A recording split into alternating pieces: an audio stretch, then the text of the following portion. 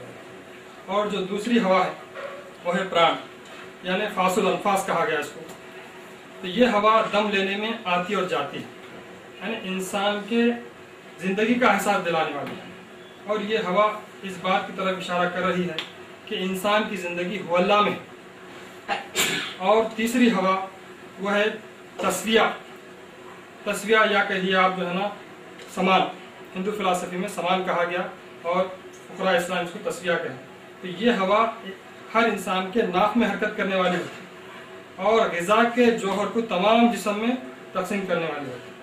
اور یہ اس ہوا کو سندھیا رکو بھی کہا گیا. یہ جو ہوا ہے یہ ناف سے وشنو کا نکلنا بھی اسی طرف اشارہ ہوا ہے. اور جو چوتھی ہوا ہے وہ ہے ویان یا ممدودہ.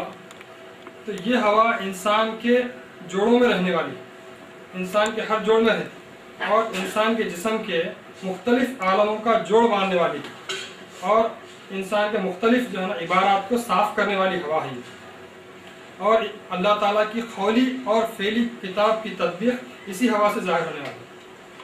اور جو پانچویں ہوا ہے اس کو اسلامی فلسفی میں ریح کہا گیا ہے اور ہندو فلسفی میں اپان کہا گیا ہے۔ یہ جو ہے نا نیچے سے خارج ہونے والی ہوا ہے اور اس ہوا کے روکنے سے روح کو طاقت ملنے والی ہے اور باوجود ہر کام شاندار ہوتا ہے اور جاندار ہوتا ہے، اور یہ ہوا عضو مخصوص کو گھیری ہوئی ہوتی ہے اور اس کا مخلط بالطبع سیر تہجد کی نماز میں خصوص لمبے سجدوں میں ہوتا ہے، اور اسی لیے تہجد کی نماز جسمانی اور روحانی صحت کے لیے بہت مفید ثابت ہوئی ہے۔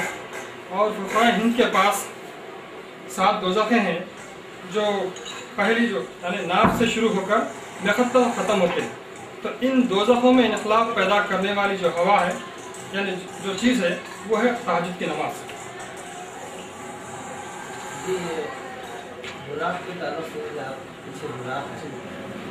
یہ براق کے تعلق سے ہندو فلسفی میں اس براق کو کامدھین کہا گیا اور اس میں مختلف اوتاروں کے جامعیت کی سواری ہے۔ حضور اکرم صلی اللہ علیہ وسلم کیونکہ آپ جو ہے نا تمام انبیاء کی جامعیت رکھنے والے آپ ہیں، تو اسی طرح یہاں پر بھی بتایا گیا کہ ہندو فلسفی میں لکھا ہوا ہے کہ سرس ہرونی واہن میدو ہری کی تلنی گدا، ہرونی واہن میدو ہری کی تلنی گدا نملی سرسوتی واہن امبو اشوا واہن امبو ಶ್ರೀ ಪರಶುರಾಮನಿಧಿ ಶಕ್ತಿ ವ್ಯಾಹ